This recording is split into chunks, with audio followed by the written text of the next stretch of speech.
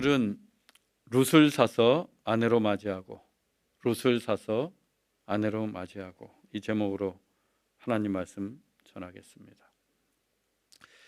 이 기업을 물은다는 것은 친족 중에 빚을 지고 종이 되었거나 생계를 위해 대대로 내려온 가문의 땅을 판 경우 혹은 종이 될 처지에 있거나 땅을 팔아야 할 경우에 가까운 친족이 그 값을 대신 치러주는 것을 말합니다. 그래서 종의 값을 치러 자유인이 되게 하고 또 땅값을 치러 그 땅을 본래의 주인에게 돌려주는 것이 기업을 무르는 것입니다.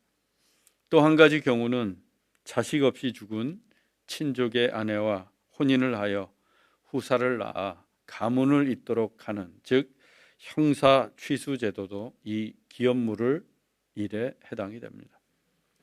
빚을 청산해주고 땅을 사주고 후사를 낳도록 하는 것은 다 그 가문의 기업을 이어갈 수 있도록 하신 하나님의 법이었습니다. 이 기업 물을 일의 근본되는 정신은 희생과 사랑입니다. 즉 나의 희생과 사랑을 통해 한 가문이 보존되고 다시 일어설 수 있도록 돕는 것입니다. 그래서 손해보는 것을 피할 수 없습니다. 손해를 감수하고서라도 희생하고 사랑해야 하는 일입니다. 그리고 이스라엘에서는 누구에게나 이 기업물을 의무가 있었습니다. 룻의 청혼을 받은 보아스는 이 기업물을 일을 해결하기 위해 성문으로 올라갔습니다. 본문 1절입니다. 보아스가 성문으로 올라가서 거기에 앉았더니 마침 보아스가 말하던 기업 물을 자가 지나가는지라. 보아스가 그에게 이르되 아무개여 이리로 와서 앉으라 하니 보아스가 성문으로 올라가서 앉았습니다. 당시의 성문은 토론을 위한 시민 광장인 아고라, 그리고 법적인 문제를 해결하고 재판을 하기 위한 법정, 또한 물건을 사고 파는 시장 등의 역할을 했습니다. 아고라, 법정, 시장. 보아스는 기업물을 문제, 즉 법적인 문제를 해결하기 위해 지금 성문으로 올라간 것입니다. 그런데 마침 보아스가 룻에게 말했던 기업물을 자, 자기보다 앞선 기업물을 자가 지나가는 것입니다. 마침 보아스가 또다시 우연히 그 마침과 만나게 되었습니다. 그 만남의 배후에 하나님이 계신다는 반증입니다. 그 많은 날들 중에, 그 많은 시간들 중에 왜 하필 보아스가 올라간 그 시간에 딱 맞춰서 마침 기업물을 자가 그곳을 지나갔겠습니까? 하나님의 섭리입니다. 룻을 위해 보아스가 그 사람을 만나도록 하나님께서 섭리하신 결과입니다. 이 또한 하나님의 헤세드, 인애와 자비였습니다. 보아스는 그 사람에게 당신이 기업 물을 일이 있다고 알려줍니다. 그런데 성경은 그의 이름을 밝히고 있지 않습니다. 단지 아무개라고만 기록하고 있어요. 아무개여 이리로 와서 앉으라. 이름이 없습니다. 우리의 속담에 호랑이는 죽어서 가죽을 남기고 사람은 죽어서 이름을 남긴다고 했습니다. 호랑이는 어떻게 살다가 죽어도 상관이 없이 그 귀한 가죽을 남깁니다. 어떤 호랑이가 되었든. 하지만 사람은 그렇지 않습니다. 잘못 살다가 가면 역사에 오명을 남기고 혹은 본문의 경우처럼 아무개로 이름이 남지 않습니다. 전승에 따르면 룻기의 저자는 사무엘 선지자로 보고 있습니다. 이스라엘 최고의 선지자였던 사무엘이 그의 이름을 몰라서 아무개 이렇게 적었겠습니까? 아니면 보아스가 그의 이름을 몰라서 아무개라고 불렀겠어요? 기분 나빠서 누가 오겠습니까? 자기보다 앞선 기업 물을 자를 보아스가 모를 리가 없습니다.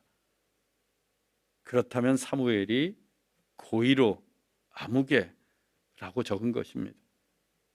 보아스는 그의 이름을 정확하게 말했지만 사무엘이 특별한 이유 때문에 그의 이름을 남기지 않고 그냥 아무개라고만 쓴 것입니다. 그 이유가 무엇인지는 이어지는 본문들을 통해 우리가 함께 알아가 보도록 하겠습니다. 보아스는 서둘러 장로 10명을 청했습니다. 공식적인 재판을 진행하려는 것입니다. 본문 3절로 4절입니다. 나오미가 우리 형제 엘리멜렉의 소유지를 팔려 함으로 만일 내가 물으려면 물으려니와 만일 내가 물으지 아니하려거든 내게 고하여 알게 하라. 내 다음은 나요. 재판이 시작되자 보아스가 아무개에게 물었습니다. 나오미가 엘리멜렉의 소유지를 팔려고 하는데 내가 모르겠느냐. 앞서 말씀을 드린 것처럼 가까운 친족의 빚을 청산해 주거나 혹은 생계를 위해 땅을 팔려고 할 때 이 기업 물을 자가 대신 그 땅을 사서 친족에게 주는 것이 기업 물을 자의 의무라고 했습니다. 보아스는 아무개에게 그 의무를 이행하겠느냐고 물은 거예요. 그리고 이어서 아무개가 물으지 않을 경우 그 다음은 내 차례임도 밝혔습니다. 내 다음은 나요. 이것은 당신이 물으지 않을 경우 내가 물으겠다는 의사 표시였습니다. 그런데 아무개가 내가 물으리라, 물으겠다고 합니다. 자신이 대신 땅값을 치르겠다는 거예요. 아무개가 이렇게 쉽게 물으기를 결정한 이유가 무엇이겠습니까? 왜 그는 선뜻 내가 물으겠다고 말한 거예요? 나오미에게는 그 땅을 물려줄 아들이 없었기 때문입니다. 그렇다면 그 땅은 나오미가 죽고 나면 누구 차지가 됩니까? 아무개의 차지가 됩니다.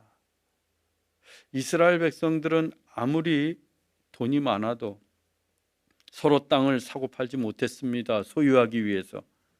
기업을 물을 경우에만 가능했는데 그것도 본래의 주인에게 돌려주기 위해 땅을 사는 것뿐입니다.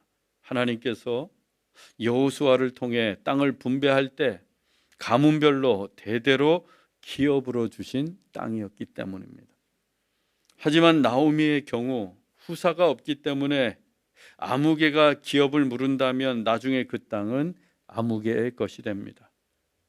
그래서 선뜻 내가 물으겠다라고 한 거예요. 만일 재판이 그렇게 끝나고 난다면 이건 큰 낭패입니다. 보아스는 사랑하는 룻을 얻을 수 없고 룻도 보아스와 혼인할 수가 없으며 나오미 역시 후사를 얻을 수가 없습니다. 재판의 상황은 긴급하게 돌아가는데 보아스가 회심의 질문을 던집니다. 본문 5절입니다.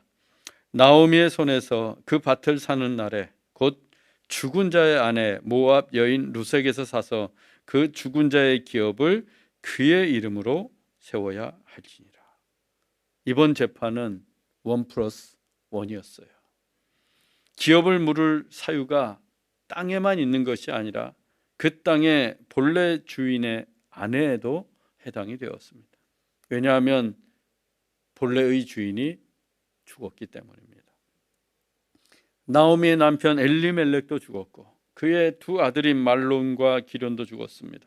그렇다면 후사가 끊어지는 것인데 땅뿐만이 아니라 그 후사도 이어가도록 해야 합니다. 즉 이 땅과 룻을 하나로 묶어서 기업을 물러야 하는 재판이었어요. 그렇다면 만일 룻이 아들을 낳는다, 그러면 그 땅은 엘리멜렉 가문의 것으로 남게 됩니다. 아무개가 차지할 수가 없어요. 룻이 아무개를 통해 얻은 아들일지라도 법적으로는 죽은 남편 말론의 아들이 되기 때문입니다. 이것이 마태복음의 족보와 누가복음에 나타난 예수 그리스도의 족보가 서로 다른 이유입니다. 마태복음은 법적인 족보, 누가복음은 의사였던 누가답게 생물학적인 족보를 따르고 있기 때문이에요. 이 질문으로 재판의 상황이 급변했습니다. 아무개는 그러면 내가 물으지 않겠다 라고 마음을 바꾸었어요. 본문 6절입니다. 내 기업에 손해가 있을까 하여 나를 위하여 물으지 못하노니 내가 물을 것을 내가 물으라. 아무개가 물으지 못하겠다고 합니다. 그 이유는 그의 기업에 끼칠 손해 때문이었어요. 젊은 룻이 아들을 낳으면 핏이 아들을 낳게 될 텐데 괜히 땅값만 치르고 땅은 한 평도 얻지 못하게 됩니다. 그래서 손해를 피하기 위해 기업을 물을 의무를 팽개치고 보아스에게 미루었어요. 내가 물을 것을 내가 물으라. 이것입니다. 그가 룻기에 이름도 없이 아무개로 기록된 이유. 기업을 물은다고 하는 것은 희생과 사랑의 발로라고 했습니다. 손해를 감수해야 할 수 있는 일이에요. 그런데 하나님께서 그 기업을 물으는 것을 신성한 의무로 정하셨습니다. 가문을 이용하고 건강한 이스라엘 공동체를 세우시기 위해 하나님께서 특별히 정하신 법이었어요. 그런데 아무개가 그 신성한 의무를 버렸습니다. 손해가 있을까 하여. 이것이 사무엘 선지자가 그의 이름을 지워버리고 아무개라고 기록한 이유입니다. 이름은 존재 그 자체인데 그의 존재를 이스라엘 공동체에서 지운 거예요. 공동체에서 필요 없는 존재가 되었기 때문입니다. 성경은 이런 면에서 굉장히 냉정합니다. 성경은 고아를 돌보라, 과부를 돌보라, 나그네를 환대하라 라고 말씀하기도 하지만 자기의 의무를 다하지 않는 자에게는 이렇게 냉정하게 아무개 그의 존재 자체를 지워버리기도 합니다. 성경의 원리가 뿌린 대로 거두는 것이기 때문입니다. 아무개가 기업을 물을 권리와 의무를 포기하자 이제 그 권리와 의무는 보아스에게로 넘어가게 됩니다. 아무개는 그 권리를 보아스에게 넘기는 표시로 자기의 신을 벗어 보아스에게 던졌습니다. 신을 벗어 던지는 행위는 이스라엘의 오래된 관습법으로 나의 권리를 넘기는 거예요. 그런데 이건 매우 수치스러운 행위였습니다. 왜냐하면 마땅히 책임져야 할 친족에 대한 의무를 내가 버린다는 표시였기 때문입니다. 그런데도 그는 미련 없이 자기의 신을 벗어 던졌습니다. 왜? 손해를 입기 싫어서. 교회 공동체는 어떠하겠습니까? 교회도 다르지 않습니다. 교회 공동체도 각자의 희생과 사랑이 합해져서 건강하게 자라가는 것입니다. 이를 위해 내 시간도 몸도 마음도 물질도 희생해야 합니다. 남보다 일찍 와서 안내를 하고 세팅을 하고 성가대로 찬양팀으로 교사로 남녀 선교회로 헌신하고 청소하고 식탁 교제를 준비하는 희생도 감당해야 합니다. 간혹 왜 나만 할까? 왜 나만 하지? 저 사람은 왜 안 하지? 이런 생각할 필요가 없어요. 왜? 기업 물을 의무는 우리 각자에게 있는 거예요. 당연히 손해가 뒤따를 수밖에 없습니다. 그런데 그 손해가 아깝다고 신성한 의무를 포기하고 신을 벗어던지는 교인들만 있다면 이 교회가 어찌 될까요? 결코 부흥할 수 없습니다. 아니, 교회 공동체의 기능을 감당할 수도 없습니다. 사랑하는 여러분, 우리는 서로 희생하고 사랑하는 공동체가 되십시다. 기꺼이 손해를 감당하십시다. 그 손해가 신성한 의무임을 기억하십시오. 우리 각자가 그 손해의 의무를 다할 때 우리 교회는 건강한 공동체가 되고 또 날로 부흥하게 될 줄로 믿습니다. 아무개가 던진 신을 집어든 보아스가 법정에서 외칩니다. 본문 9절로 10절입니다. 보아스가 장로들과 백성에게 이르되 내가 엘리멜렉과 기럨과 말론에게 있던 모든 것을 나오미의 손에서 산 일에 너희가 오늘 증인이 되었고 또 말론의 아내 모압 여인 룻을 사서 나의 아내로 맞이하고 그 죽은 자의 기업을 그의 이름으로 세워 그의 이름이 끊어지지 아니하게 하매 너희가 오늘 증인이 되었느니라. 보아스가 법정에서 외친 이 선언, 이 선언에는 이름이 강조되고 있어요.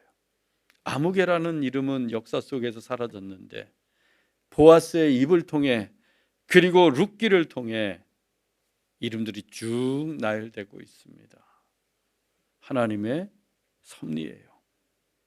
보아스는 나오미의 손에서 모든 것을 사고 또 룻을 사서 자기 아내로 삼아 기업을 물을 의무를 다하겠다고 공식적으로 선언합니다. 그리고 그 일에 법정에 있던 장로들, 백성들이 내 증인이라고 말합니다. 법정에서 공식적으로 선서를 했어요. 이제 그 선언은 물을 수가 없습니다. 기업을 물러야지 선언은 물을 수가 없습니다.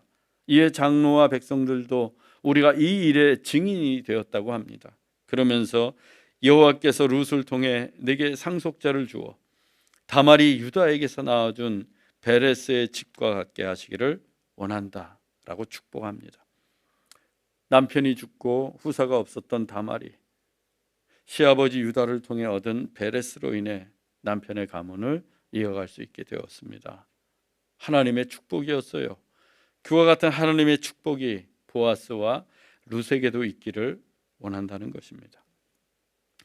이제 엘리멜렉의 집안은 다시 가문을 이어갈 수 있게 되었고 나오미는 평생에 한이 풀리며 생계 걱정에서 자유할 수 있게 되었습니다.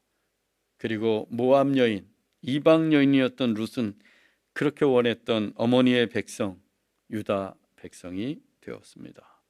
보아스가 자기의 막대한 손해를 감수하고 희생과 사랑으로 기업을 물을 의무를 다했기 때문입니다.